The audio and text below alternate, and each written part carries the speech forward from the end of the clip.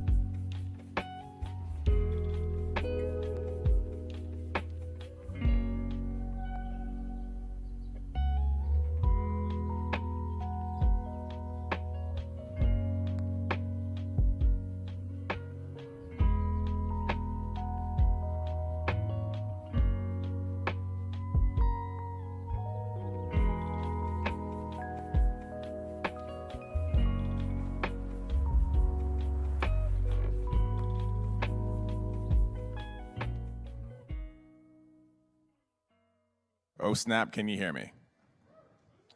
Hey everybody. Oh boy, my name is Chioke I'Anson. Who am I? I'm the director of the VPM ICA Community Media Center that opened today.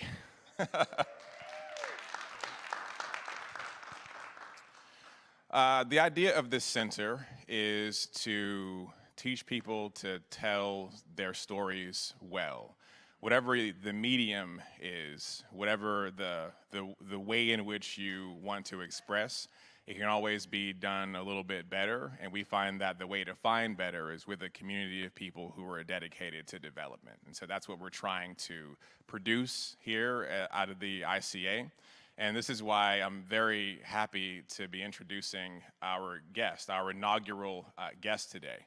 Okay, how to describe Saidu Tejan-Thomas? I think that Said is a podcasting best case scenario. So consider, when I was Said's age, well, how old are you now? All right, so before that though, so some years, because you graduated how many years ago?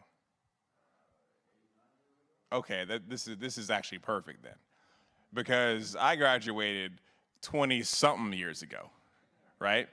And so then, 20-something years ago, I loved radio. I loved listening to stuff, and I always wanted to produce things, but I didn't exactly know how to get there, right? I wasn't sure how to do that, And so by that metric though, you were leaving college like just going into radio, right? Okay, so everything else I say is gonna be true. Okay. All right. So I learned about Said because one of my podcast partners told me about him and put us together, and then we emailed, and he was just cool, you know.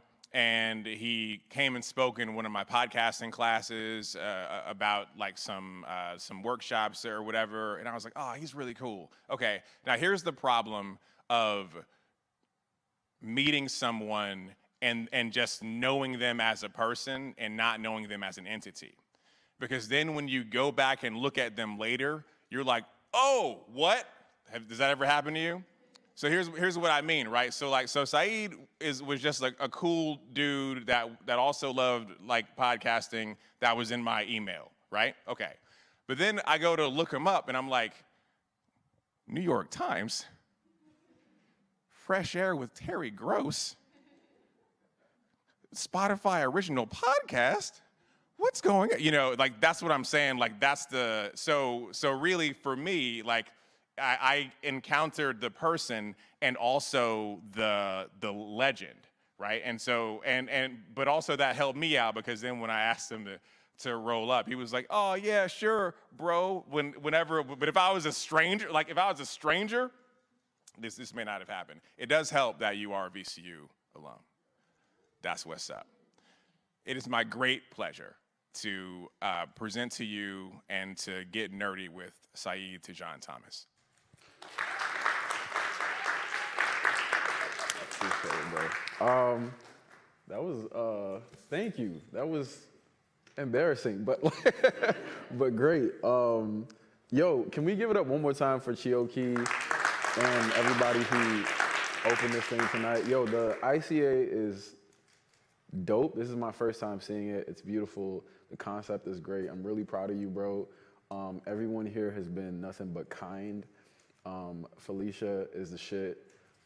Savannah up there is the shit. Everybody here is amazing. So please come back here. This is an amazing space. So thank you for having me, bro. I'm really happy to be here to talk to y'all today. Just like jump right into it.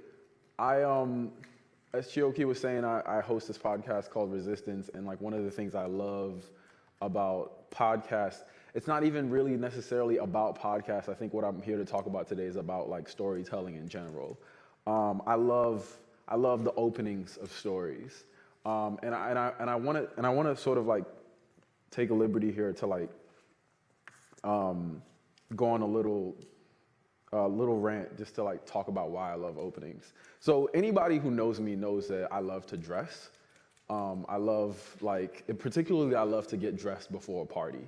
Like I love putting on, figuring out what shoes matches the right shirt, what shirt goes with the right jacket, the socks. I love like exfoliating my face and like giving myself all that like sort of like self-love and looking myself in the mirror and being like, all right, you look good, right?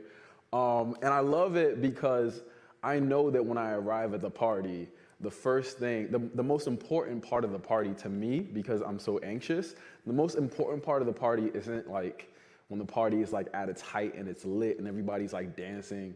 It's not even like when your favorite song comes on. To me, the most important part for an anxious person like me is the moment you open that door and walk into the party for the first time and people are seeing you. People who may not even know you, right? And they're evaluating you. They may be making judgments about you. They may be making like assumptions about you. And for me, like I like to have control over that. I'm not about to walk in looking like whatever and having people thinking about, making all kinds of assumptions about me. I like to have like control. So like my favorite part is the preparation, right? Getting ready so I can make sure that when I show up and I open that door, people are like, oh, that looks like a cool guy. That's somebody I want to talk to. And that's what it feels like when I open up when I'm working on a podcast, when I'm working on a podcast episode. It feels like I'm putting like thousands or hundreds or however many hours of work into this thing.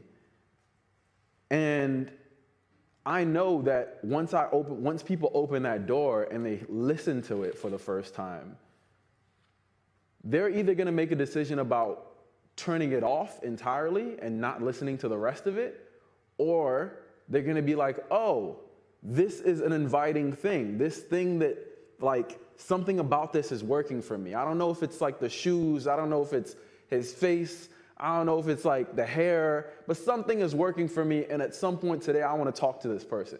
And I think that's what it's like when you like open up a podcast, when you're doing a podcast episode, it's like, can you put together something that in the first few moments of people coming into contact with it, they're like, yes, I wanna spend 30 minutes, I wanna spend an hour with this person.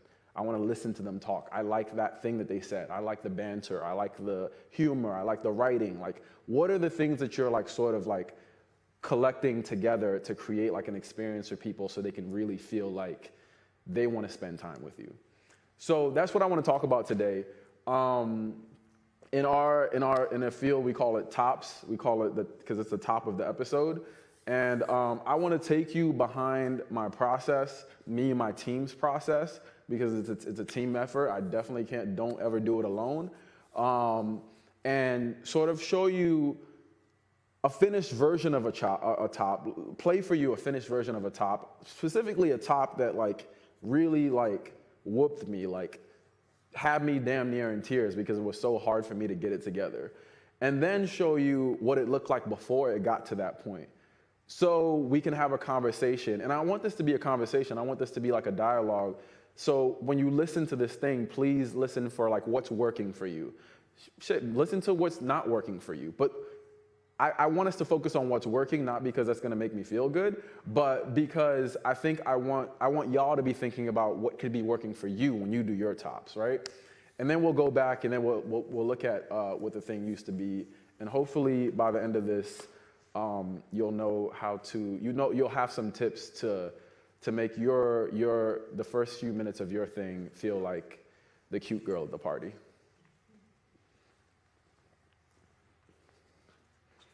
All right, so this is an episode that released on I forget when, but like it was like last month. It released last month, September 29th, and it was about.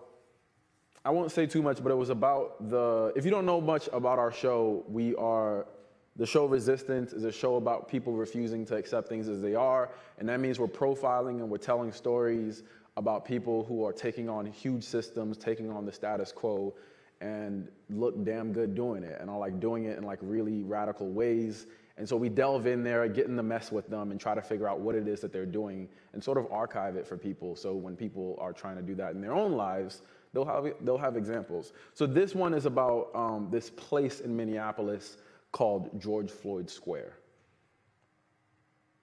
In white paint. Hey, just a quick warning before we get started. This way where the taxi dropped wrong language.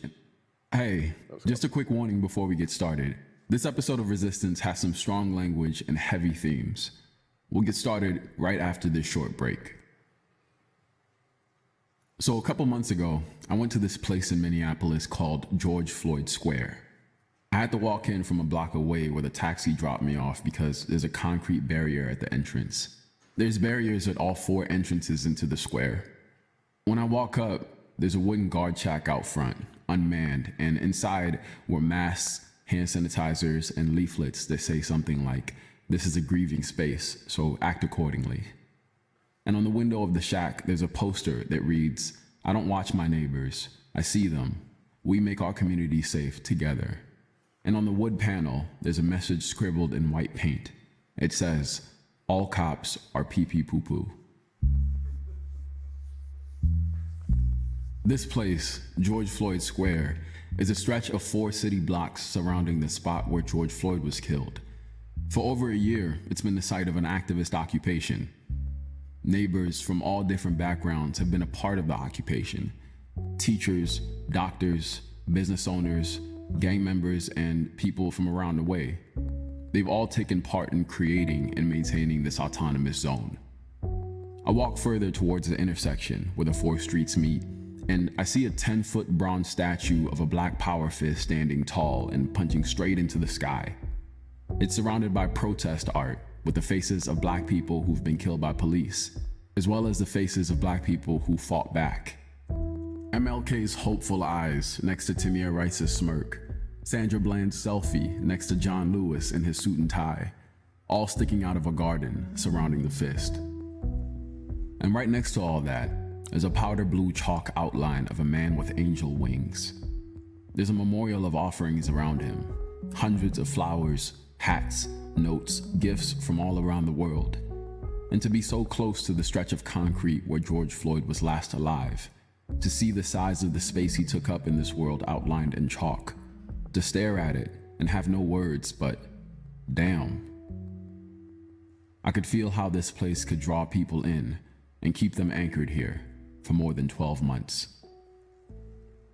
Twice a day, once in the morning and once in the evening, almost like a ritual, neighbors show up to this intersection of 38th Street and Chicago Avenue for a meeting. They ride across the street from the memorial and they greet each other underneath the awning of an old gas station that's been transformed into a kind of town hall they call the People's Way. The people pour hot coffee into styrofoam cups before taking their seats on wooden benches and plastic lawn chairs. And if it's cold, and it's definitely cold today, someone throws a couple logs into a fire pit and a flame that I'm so thankful for starts to build. Folks go around taking turns introducing themselves. First, your name, then the cross street you live on. Tim, 3711. Jerry, 3513 4th Avenue South. Chantel, I live on the 3800 block. Neil Bancroft. A black woman is heading the circle. Her dreadlocks are shoulder length, tied together by a yellow bandana. Her name's Marsha Howard. Like many of the people here, Marsha lives in the neighborhood, just behind the square. Marsha has such straight white teeth that whenever she smiles, you feel like you won a prize. And whenever she speaks, people seem to lean in just a little bit closer. All right. Before we get started, we should do the assumptions of George Floyd Square, and they are as follows. Number one, assume that everybody in the square has COVID. Act accordingly, mask up or back up. Number two, assume everybody in this square is armed. Act accordingly. It pays to be patient and polite. Number three, assume that everything you say and everything you do is being recorded. Act accordingly. If you don't want somebody to hear it or see it, don't say it or do it. But if you say something around this circle, make sure you say it with your whole chest. The fourth assumption, assume that somebody in this square or even somebody in this circle does not have your idea of liberation in mind. Act accordingly. There are ops everywhere, and that can be an opportunist, opponent, opposition, they everywhere. And the fifth assumption is just assume that everybody in this square is a little crazy, because you got to be cuckoo to think you can take on the state and win. So let's be gentle with each other so we can be dangerous together.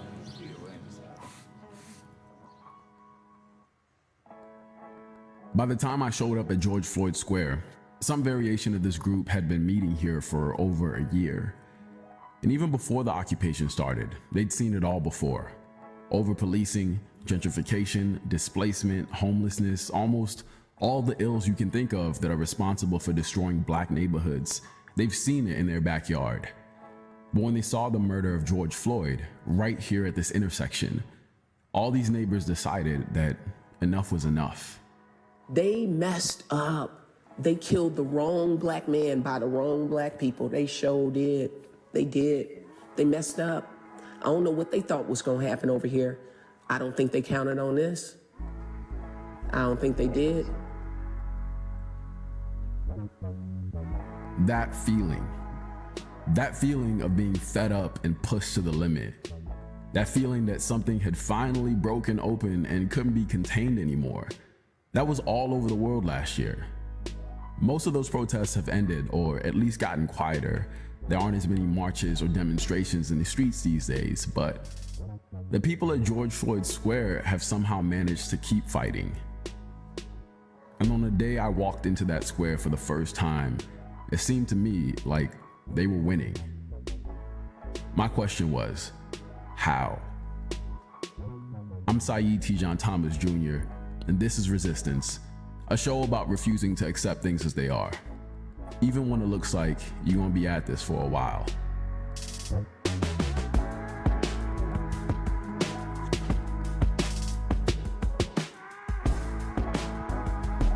All right.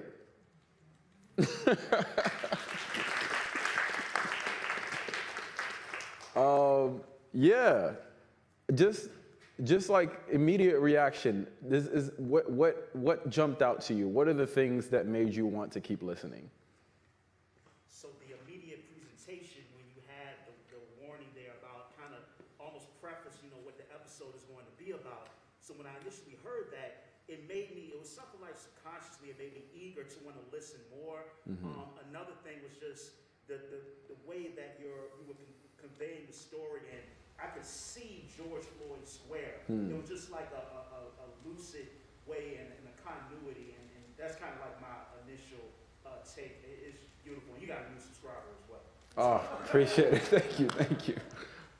Yes, I definitely, there's something about that I want to say before I take another one, which is, you're totally right, and I think part of what's working where you're able to see things is the language. It's very active, and the sentences are very short. It's like nothing feels passive. Everything is like, here's what's happening. It's very active language, and I think that's part of why it's like it feels like it's being illustrated in front of you for sure. I immediately felt like it was a vignette. Descriptive, very descriptive. You could see and feel the story. So that's why we need it. Say that last part one more time. That's where I went immediately. Immediately. It's like I was there. So you really felt like you were inside it. Do you have any idea why you felt that way? Like, is there one thing that maybe popped out at you that you were like, oh, this is like. As soon as you said George Floyd Square, and then you went into describing every element, the feel, the smell, touch, The senses. so then I went in. The senses. Great observation. Great observation. It's writing 101, active language, show don't tell. Your voice was just very human and raw. And I think just the unapologetic language was really human because it was like no, like you not like care about like censoring yourself. It's very like raw to like the Black experience. So I think that was what drew me in, and then also the quote by Marsha Howard, "Let's be gentle with each other so we can be dangerous together." Isn't that quote great? Isn't that quote freaking great? Yes, yes to that. She's amazing. Her tape is just like phenomenal. Like if you listen to the rest of the episode, like she's just like a dynamic force and a phenomenal speaker, very intelligent, amazing person. And like, I think like putting some of that tape up at the top, letting people like hear how lyrical she is, like with her, like how militant but also lyrical she is at the top, I think like very much helped as well. I really appreciated the way, you told us where there was this place, and that you were going to take us there, and we came to the barriers, and it felt like we were kind of circling this square in a spiral until we get right to the fire, and then we have, And then you see the people. That's right, and then you see the people. So, we're around the edges of it, and we're being brought in, not too quickly. Yeah. Just so we can get a sense of the place, and then we're meeting people. So See, I'm actually really interested in that, because every time I listen to this, a part of me is like wondering, because you touched on not too quickly, the tempo. So every time I listen to this, I always wonder if like it was too fast. Like I'm always like, not too fast, too slow. I'm always wondering like, is there too much? But you felt like it was working. You felt like the tempo was was what was actually working, like walking you up to like to the people. Yeah. Word, thank you. I don't know who went up first, but I liked how you're beginning with your questions, like you're beginning a journey, you want to find something out. So as a listener, you're thinking, yeah, I want to find that out too. I want to go along with this. I have those questions too. So you don't start from a position of expertise and already knowing. That's a great observation. That's one of the recurring themes to narrative podcasts is that like it's the search for something, the answer to some question, or trying to fulfill some sort of need, right? And like finding that one question, it can be the hardest thing. And I'm gonna show here in a bit what it looked like before I found that question. Like the question was as simple as how, right? But it took me like so long to get there. Because when I had first went out there, all I really knew was this place existed, and I was like, that sounds cool. Somebody needs to do something on this. But I didn't land at that question for a very long time. But once you have that question, it becomes the engine for the story. So even when the story starts and you feel like you're getting lost or things are dragging, you'll always go back to that question of like, oh, why are we here? We're here because of the how. Like, how did this happen? So yeah, you're right. That's like very important to have in the top as well of your podcast, of like what it is if you're doing this style of work, for sure. Yes, sir. It was actually very similar to what they were talking about. Okay. You're just like it's not a recipe, but you craftily built tension so that at the end of the hook, it built wonder. I want to know what happens next. Yes, totally. Any more questions or comments? Felicia? No, we're good, but I really like the background music. And it kind of split entities and out to Great observation. I think that's like something that can go like unnoticed because it just creates a vibe, and you don't really like if the vibe is working, you're not supposed to notice it. It's just supposed to sort of like carry you through, take you from one thing to another. And I think like definitely like the music at the top is important as well. At least for me and my show, on our show, it's very much like I want people at the very end of the top, I want people to feel like, all right, let's go. Like, let's get it. Like we're about to mess things up. It's about to get crazy. Like, let's really get into it. And I think pointing out the value of music and rhythm, because it's not only the rhythm of the songs, the music that you're hearing underneath, it's also the rhythm of the writing. Like all of these things are like sort of coming together to sort of create this concoction of like slow but steady movement towards a jumping off point into a story. Yes?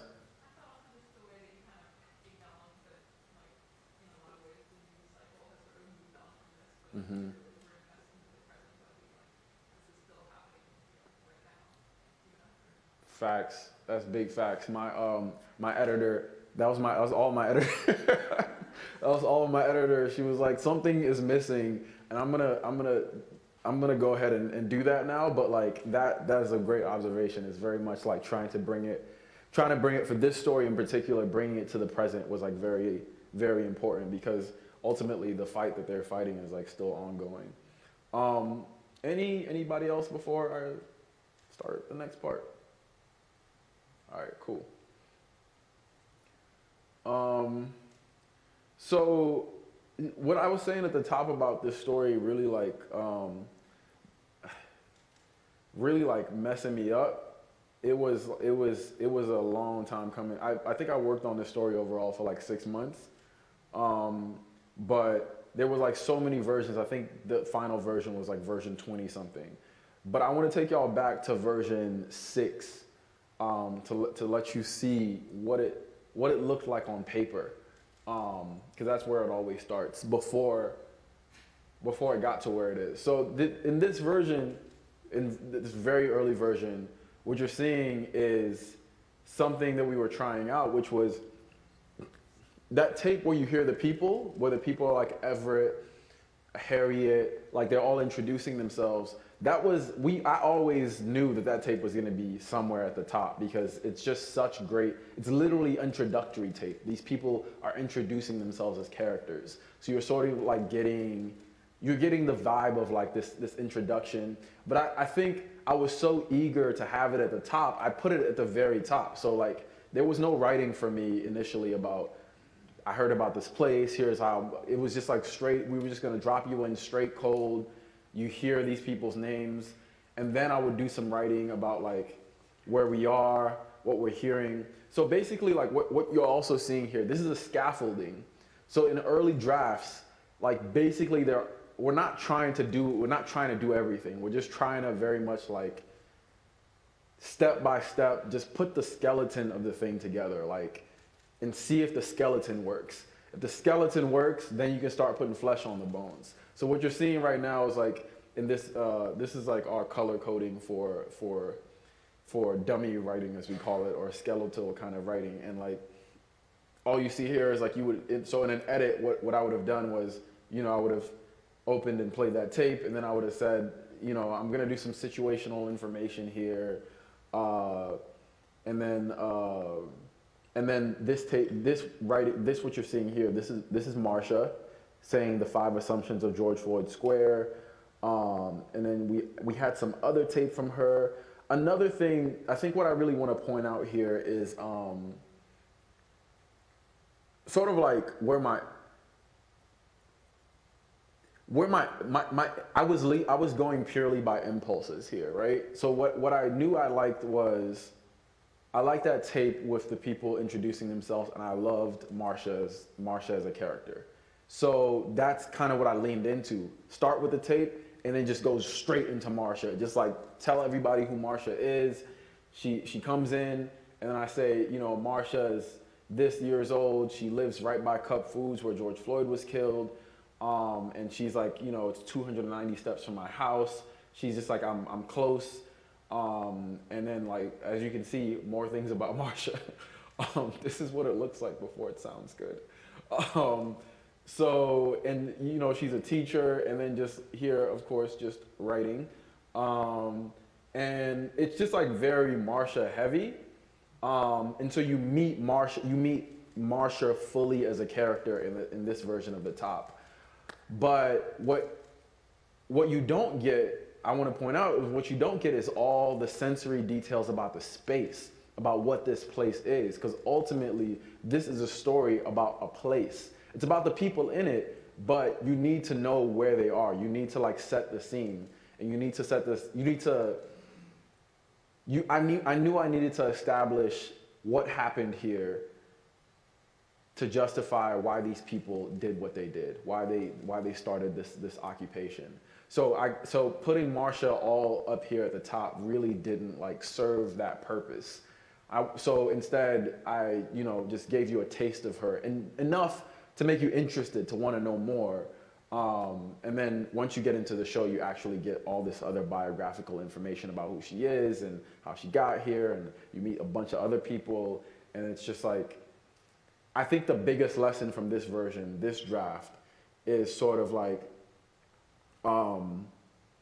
what needs to be said, right? What are the most important things that need to be said in the top of this episode? And like I said, it's just, you have to establish the place before you can get to know the people. So that's why this version wasn't really working. Any questions about this version? So you were kind of overtaken by the strength of her as a character when you actually met her at that moment, right? Yeah. So was it the case that once you put this version together, did you still feel, or did the team still feel that they were brought up short by it in some way? Did they still feel what? Say that one more time. Like, so in other words, like, so we know that the character in audio terms is kind of a slam dunk, right? Like, yeah. And so how did you uncover for yourself, I guess maybe at this draft number, that it's still not working. Like she's a slam dunk. Why isn't it working? How did you uncover it that moment? Yeah, that's a great question. I don't know the exact answer to that because there's so many versions. But just looking at it, I think like, and I'm gonna get a little woo-woo here, but like it's like a lot of this for me really is like what I was saying about rhythm and feel. This just didn't feel right. Like it just didn't feel like what I had in my head. Like I had this idea in my head of what I wanted this thing to feel like at the top. And this just dropping you into like meeting these random people and then front loading all this biographical information about Marsha, it just didn't feel compelling enough for me. It didn't feel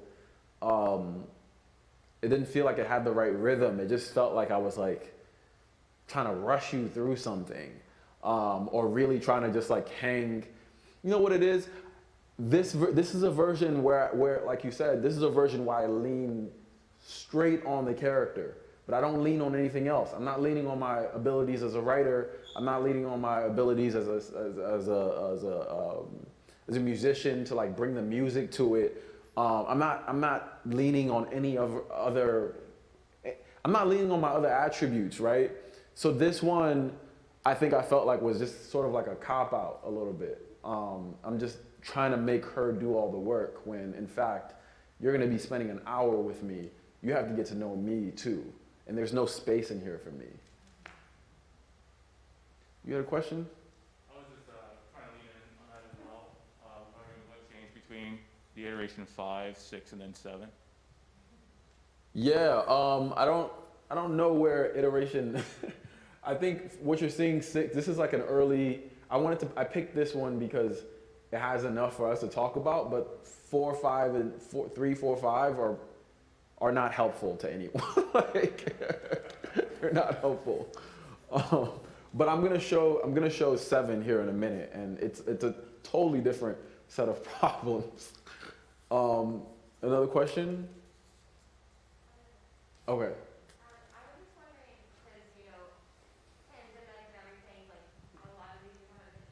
Go anywhere to be in the place, and the place is obviously so important here. So I guess, do you feel like you would have or could have done this story if you hadn't been able to go there, like if you were doing remote interviews? Yeah, I think I could have done a version of this story for sure, because these folks are really gracious with their time, and they would have probably given me like a Zoom interview. It would have been really hard to get in contact with them because they're being like contacted by reporters every day. But I don't, that's not my ideal. I very much like to be in the thick of it with the people I'm reporting on, to be able to bring all those different sensory elements to it. Because without that, I don't know, it's less to work with.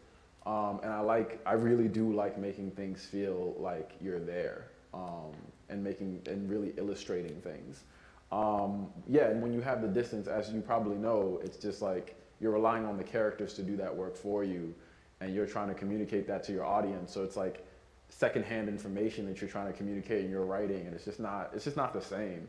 But when you're there, it's just a little bit better. So I think like I'm vaccinated, and if you go back and listen to earlier episodes of our show, it's the same style. Like it's the same.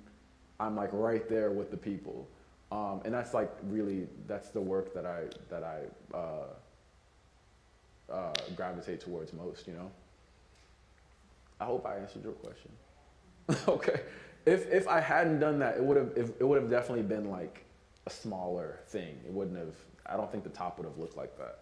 The top would have probably looked like this, but without the top part there of the people saying their names. So I wouldn't have been able to get that. But it would have looked like it was just like, this is Marsha Howard. Marsha Howard is one of the many people at George Floyd Square who've been holding down this occupation for a year. She's a teacher. It would have just been like a straight profile of one person. But doing it this way, I really get to like include a whole bunch of other people, and like I get to sort of like navigate around this space and introduce you to these other people.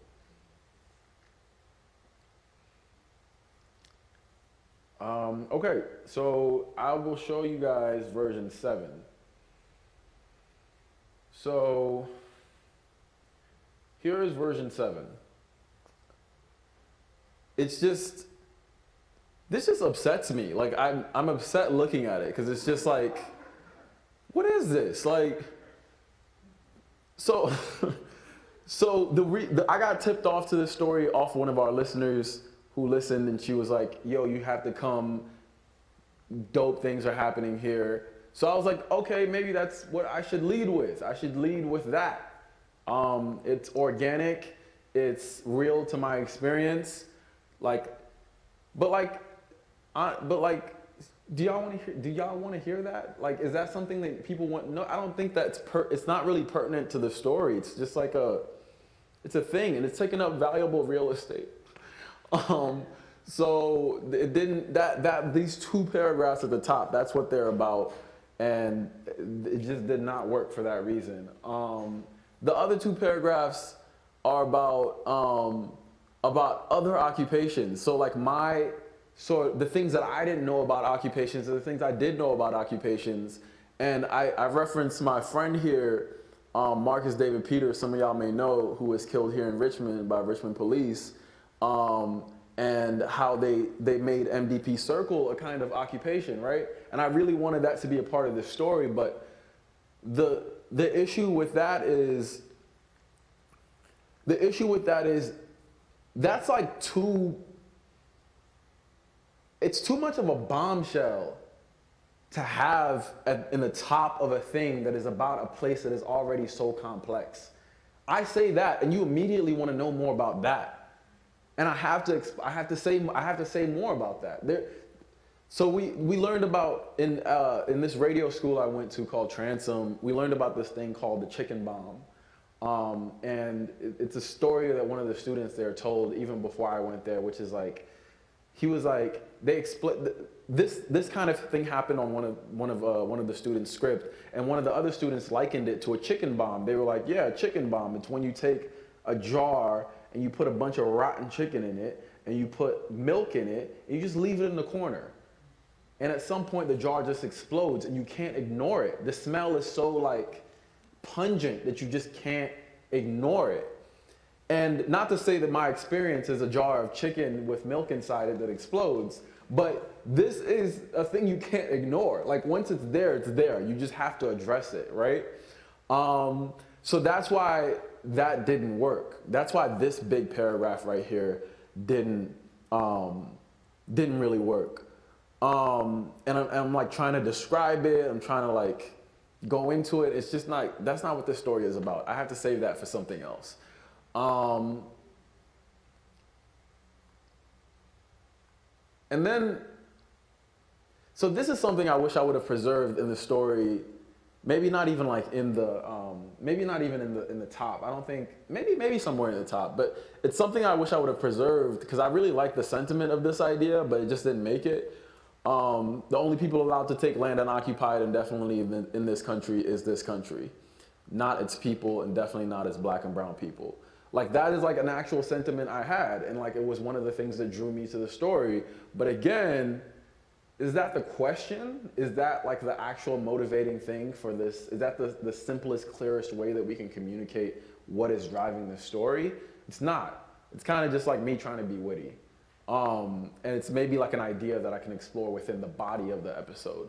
So this is me just like I'm trying a bunch of different things out here. We can count 3 things now. This is me sort of expanding on the last thing.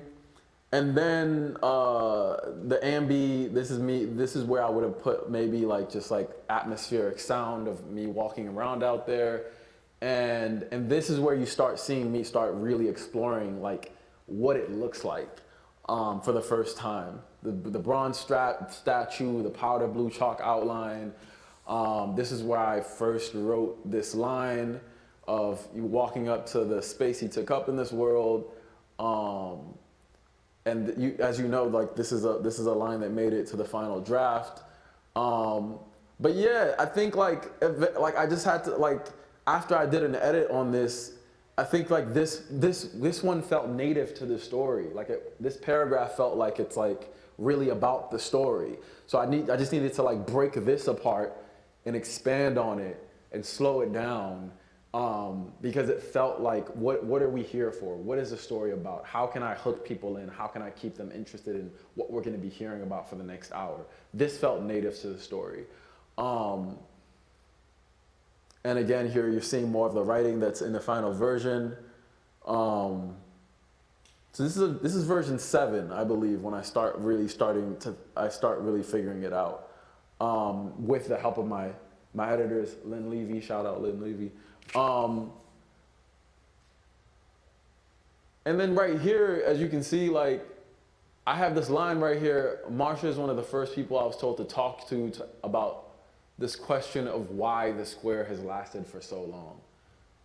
There's the question. That's the question that ends up being in the thing, but that's like passive.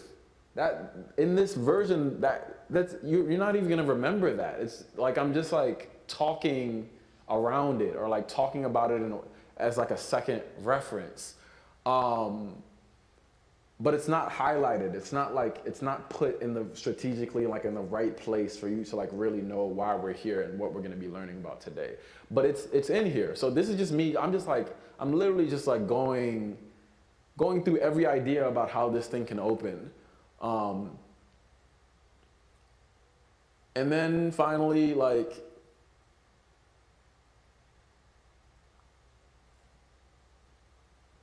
just me trying to force more ideas in here. Like eventually what I realized too was about like some of these ideas eventually made it to the top, but the thing I want to point out here is that like the general vibe of these 2 paragraphs exists in the final version, right? But the language is different. The language is much clearer in the final version. The language is much more direct in the final version. And some of these ideas are sort of rearranged. I took some of them up top, and this just was, it was just like, it was just way too cluttered here. But you will see that here, that this is the same tape you heard. This is the last piece of tape that you heard in the final version. So this worked. I knew that like something like this, if not this, something like this needed to exist because it's just so perfect. She's just like, they messed up. I don't know what they thought was gonna happen over here. You know what I'm saying? Like, it's like, yeah, I don't know, you know what I'm saying? Like, let's go. I wanted that because it just has so much like, let's go energy. So I kept that and I like fought for it even though people tried to get it out of here. Let me ask you a question. Yeah. Because my mind is spiraling. Okay. This is actually answering questions for me because I'm watching you relive the process as you look at the drafts. Sorry, there's a couple of paragraphs back up. You said that there was a question why it lasted so long. Right? Yeah. That was the question, but it was not properly formatted, or it wasn't direct enough. Mm-hmm. Remind us how the question unfolded in the final version? How it unfolded? Yeah, like how did you ask the question in the final version versus? Okay, yeah. So in this version, it's just sort of like a throwaway, and it's attached very much to Marsha.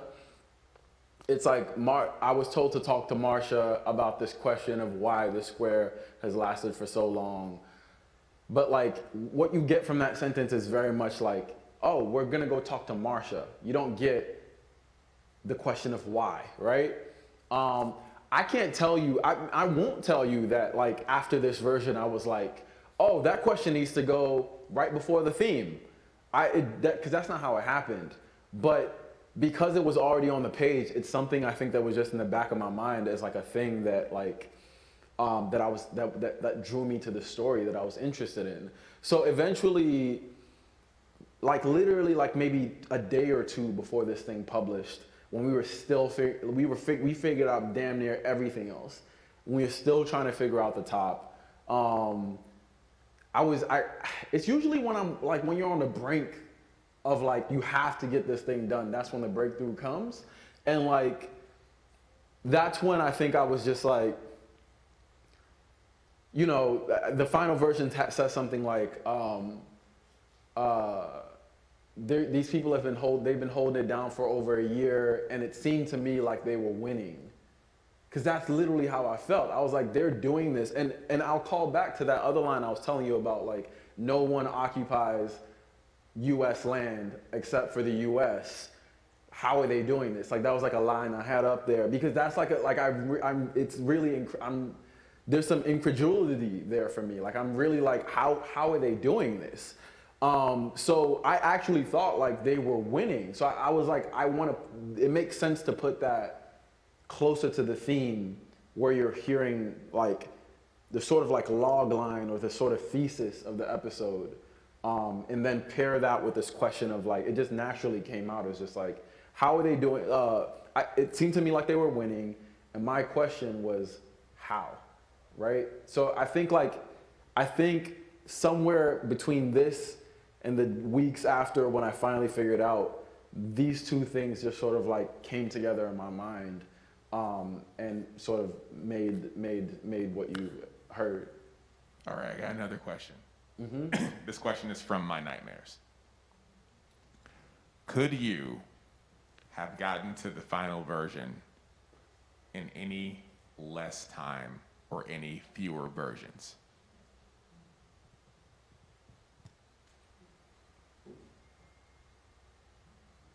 Yeah. Yeah. Yeah, for sure. I think it would have just been less ambitious. I would have had to really had just like simplified it. I think it would have been less writing about the space, or I would have had to pick like one or two details about the space. I think maybe you wouldn't have heard the people. No, I mean, I hear that. I hear that if I forced you with a deadline, you would have come up with something. Yeah. I hear that. Yeah. That's not what I'm asking. I'm asking could you have come up with the thing that you played us in any less time or any fewer versions? No. I don't think so. I'm always gonna advocate for more time. No, I don't think so, bro. I think this is the version produced from what it need. Like, if I had more time, I think it would have been different somehow. Less time? No, because I would have just had to simplify it and like do it a different way. But I don't think I'm that good yet to be doing that, but less time. Here's what I'm struck by. And I should say at the outset that I am an open, gushing fan of the Resistance podcast. I think that actually you just kind of said it like, oh, this is what the show is, by describing the tagline of the show. Mm-hmm. The tagline of the show is cold-blooded in its simplicity.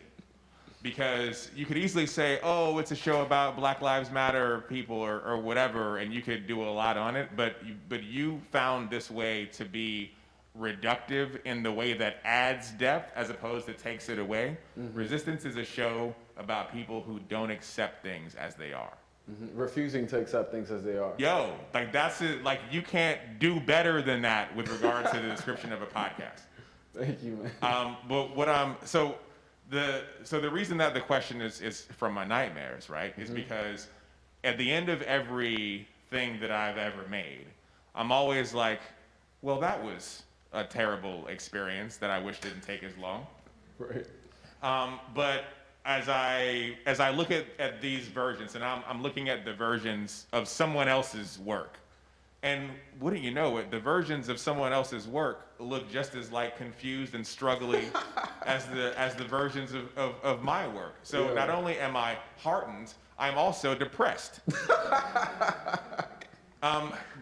Okay, but this thing that you're doing, if we accept that it can't be it can't necessarily be rushed, then the weirdness is that all of this is necessary, right? But the further weirdness is that the final thing that you produced is also, like the tagline of Resistance, cold-blooded in its simplicity.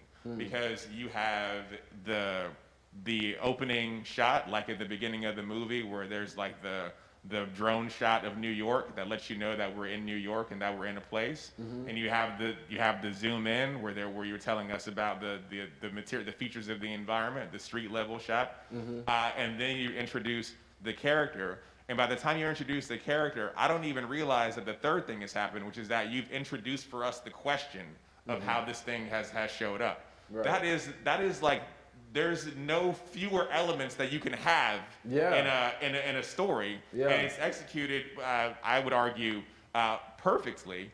And yet, the way that you got there had to go through this. Yeah. First of all, thank you. But yeah, this only like I can like. It's really like, I was gonna make a basketball analogy, but like, it really is like two times, maybe 2 times in the last year of making this show have I like written a top that like, it went through like 2 drafts. And that's like the very first episode and the episode that came after this one, which was, it's a part 2 to this. 2 times, and we have like 24 episodes. So every other time, it's like literally like, I just have ideas and I'm just trying to capture the sound that's in my head on paper. And it sucks. It sucks. It's grueling. It's depressing. It's like, I'm never gonna figure this out. And then like, and even when it's like, we're finally putting the music in and it's done, I still am like, this isn't, there's more, like I could do more. Like, give me more time and I could do more than this. But yeah, basically every single time, it's like, it's really a grueling process. So like, it's the process of trying to figure out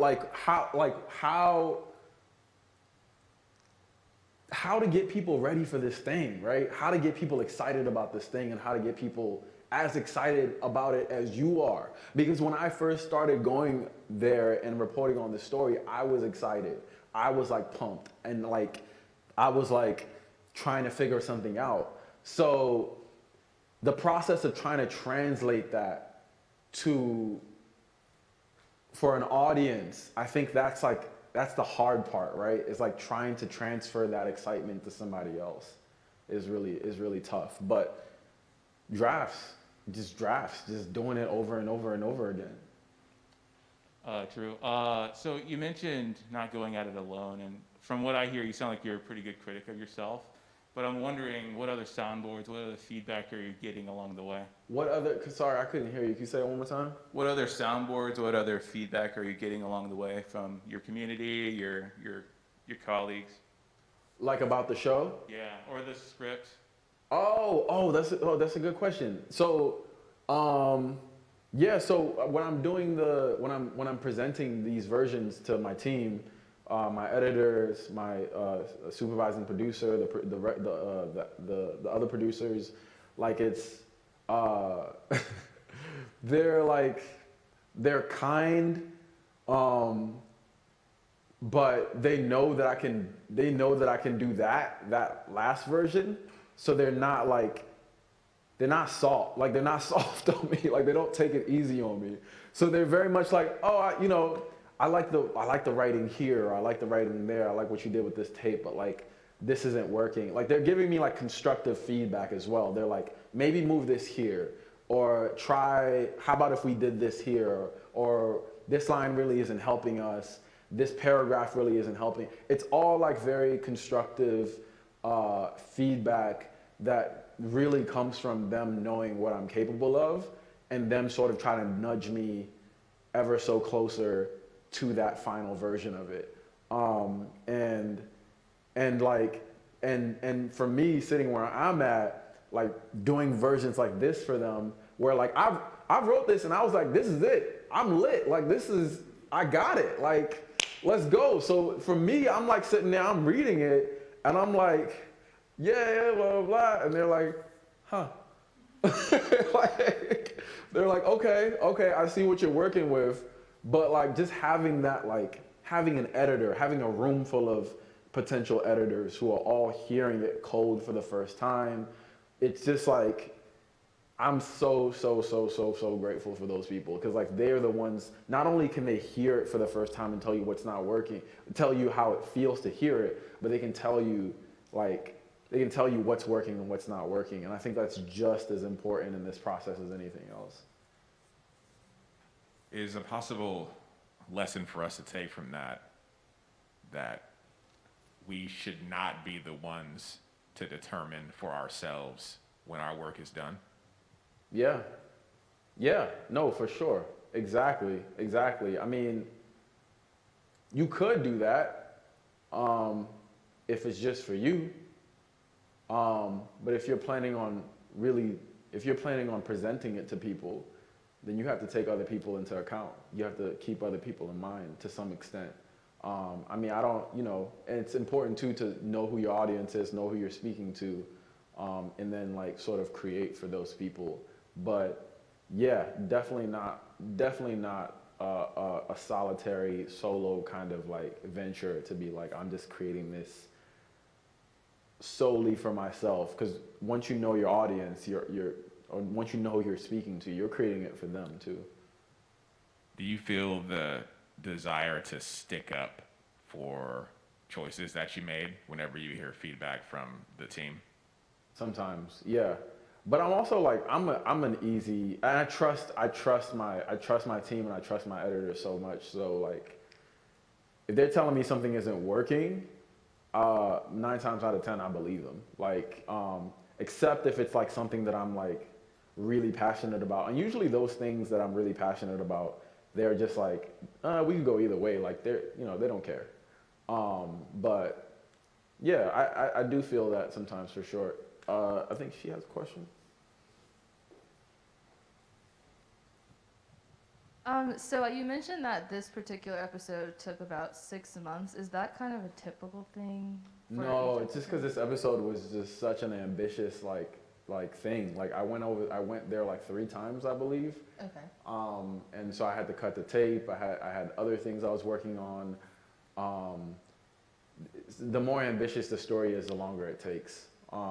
So I wouldn't say it's typical. I mean, would I like that to be the case for me all the time? Take that long to work on a story and that's it? Yes, but no, it's not like, I wouldn't say it's like the average.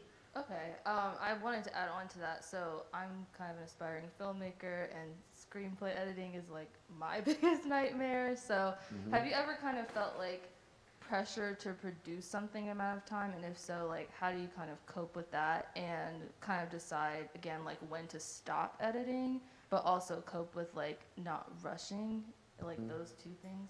Yeah, that's a great question. I don't know if I have a great answer for you. I think it's a grueling process when you have a deadline and you have and you're also trying to do something really ambitious. I don't know if I figured out how to cope except for just sitting with it. Like usually when I'm working on something like this, like I'm not advocating for this at all, but like all the other things in my life sort of like fall away and I'm just like in it. But I think the biggest thing that I've advocated for though, and like will say helps is just asking and demanding more time. So you can do stuff like this and also like live your life, you know? Did I answer that question? Yes. Okay. So we've come to the end of our time slot. However, Said has been gracious enough to say that he'll hang out for a bit longer. We're gonna go up to the Media Center. If you haven't seen it, we're gonna give tours of that. So I hope that you'll join us. If you have more questions, you can talk to Said and maybe myself while we're up in the Media Center. And let us thank Saidu Tejan-Thomas Jr. for coming through. Thank you, Ray. Thank you so much. Thank you, man. Mike, it's really fantastic. If you have not listened to Resistance, please listen to every single episode. It's only on Spotify, so that's where you can find it. Yeah. Because this is, yeah. So to finish the last thing, the thing that I was trying to say, you got into the podcast game in a major way fairly quickly, right? And so the reason that you're the podcast best case scenario is because you're an example of the kind of person that we want to help be at the Community Media Center.